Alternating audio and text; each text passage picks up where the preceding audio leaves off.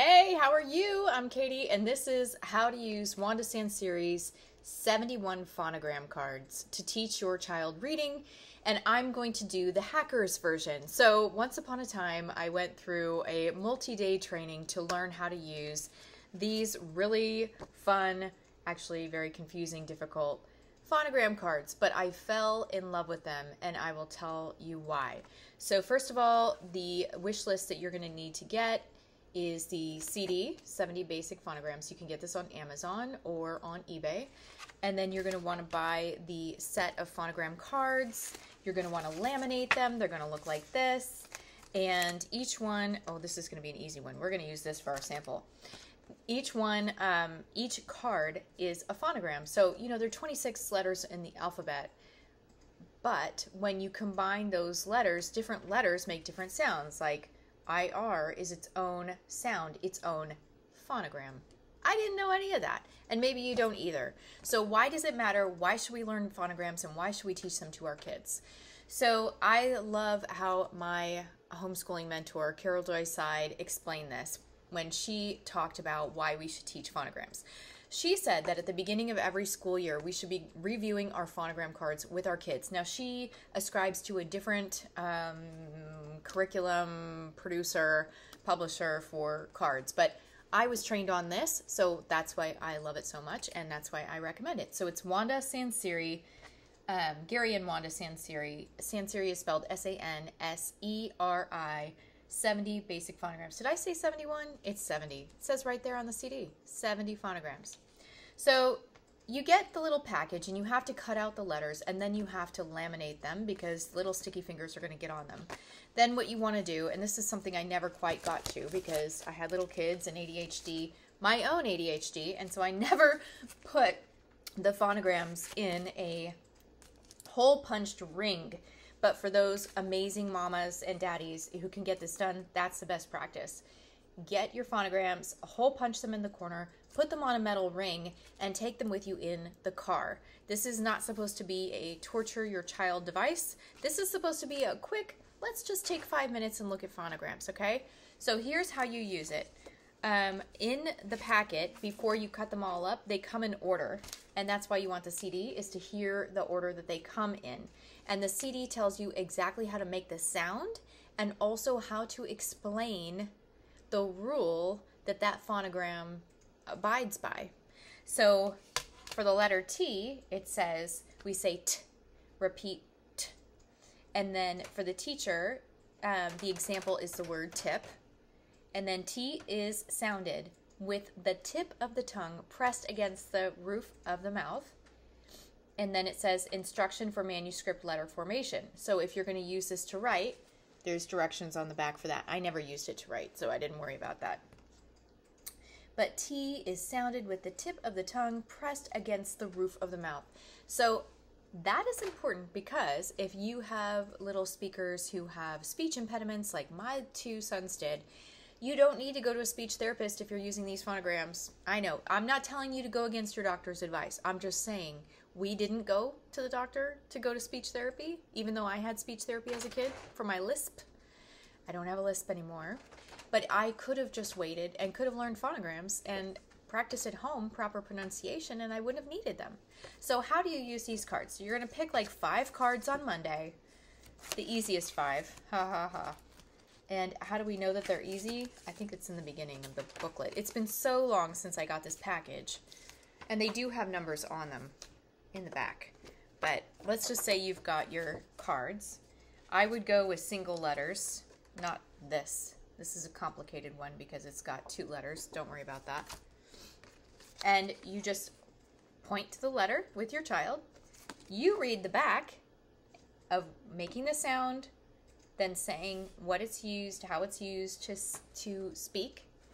So for example, T, and the child repeats T, and then you say, T is sounded with the point of the tongue pressed against the roof of the mouth.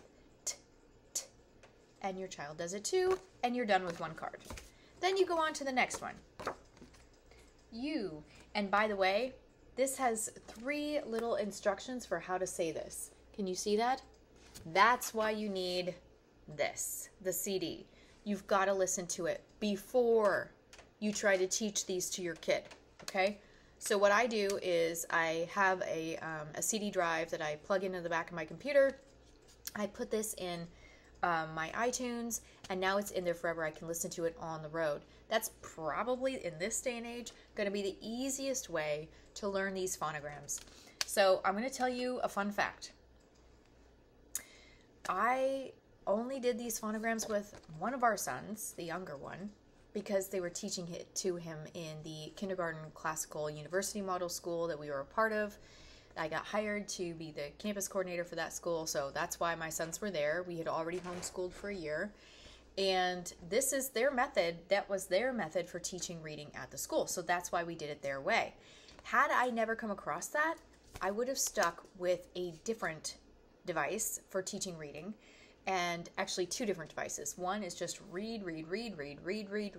That's one way to teach reading and to help your child learn reading and to get them motivated and excited about reading is to read really good books. So you might have heard me say this before.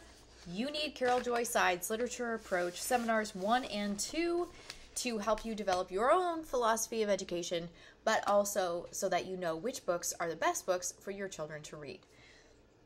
A good book is one that stands the test of time. A best book is one that they love and say, please, Mommy, read it to me one more time. That's how you know it's a good book. Okay. So we use these phonogram cards for like one semester. Now, in an ideal world, I would have pulled these out every school year at the beginning of the year, even into their high school years, and had them review their phonograms. Why? Because when they're doing their SATs and their ACTs, which my sons never did because they didn't want to, and they didn't need it for what they're studying now. So if your kids are going to go on a different path and they're going to become doctors and they have to go to formal education for that, they're going to want to review these. And they're going to want to know them really, really well so that when they get test words that they've never heard of, they can figure it out. And that's really what this is. Phonograms are decoding symbols that help your child learn to read. That's all they are. So what are we going to do? We're going to pick 5. We're going to put them on a metal ring. Then we are going to listen to this CD for the first 5 phonograms we're supposed to do. And we're going to put the phonograms in the car so that every time we get in the car, we pick these up, we do 5, then we put on a history audiobook that we're going to listen to while we drive to Walmart or Costco or wherever you're going. And that's it. And you just add 5 every week and you review the previous 5 until you've gone through all 70. Does that make sense? So you do 5, then you add another 5 the next week, and another 5 the next week, and another 5 the next week, until you've got them all on the ring, and you review them. And when you've gone through all of them, then you put them away until next year. That's it. Sound good? Let me know if you have any questions. I will be sharing in my next video about the simplest, easiest way to teach reading when you have no clue about phonograms or anything else, which is where I started with reading.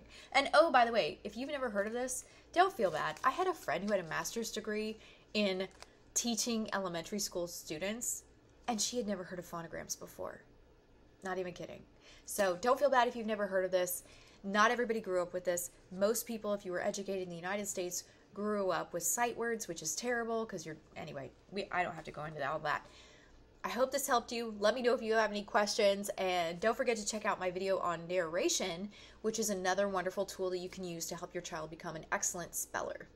Yay! These are just lots of tools. We're just giving you tools to help your child be successful. But by the way, if all you ever did was read out loud to them great books, that's enough.